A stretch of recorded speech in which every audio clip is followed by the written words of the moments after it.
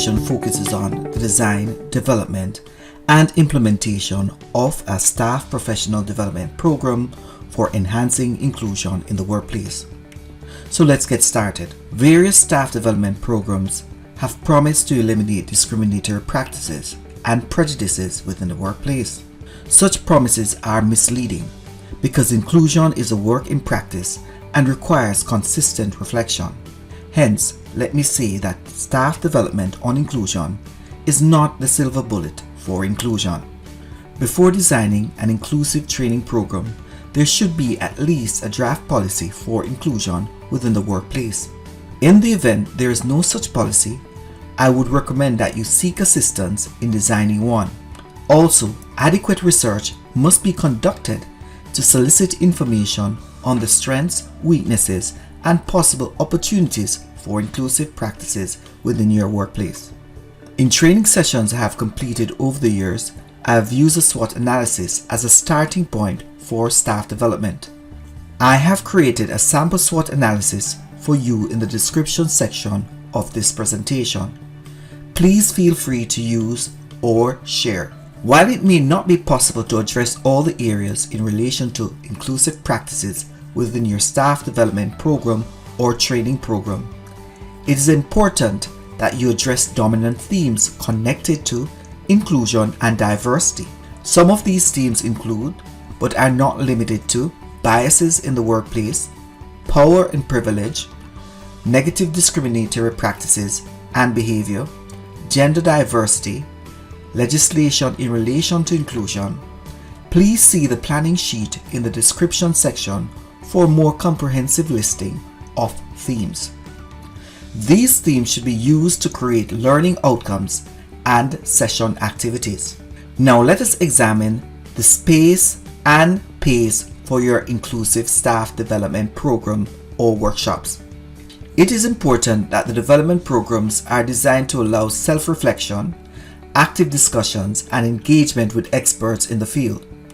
In other words, a one-day workshop addressing the mentioned themes will not work. If your organization does not have a training development manager who is capable of delivering the training, then I would recommend that you solicit a content expert in the field to develop your program. It is also recommended that you solicit the help of a curriculum designer or instructional designer. These individuals can help with the overall design of the training.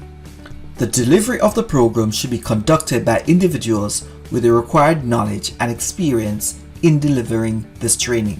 As the course is designed, it will be important to consider all the materials that are developed and the space available for training. All materials and training environment should be accessible. Regardless of the learning modality, it is important to sustain and engage all participants. I recommend using some active learning strategies. The link above takes you to another session I created on active learning. For the deployment of your inclusive training program, you will need to consider the number of participants who will require training and the number of trainers to deliver the program. I recommend a centralized deployment for staff development. How you implement your training program will depend on the resources available. Once a set of participants complete the training, it is important to solicit information from all participants on what went well or what could be improved.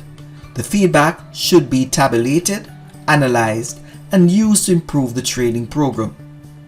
I do not believe that we can measure inclusion on a test or examination, as inclusion is shown in practice.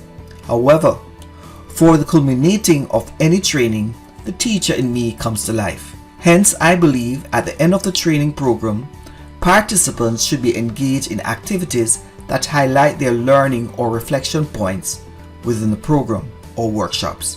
These activities could include poster displays, role plays, and various creative activities.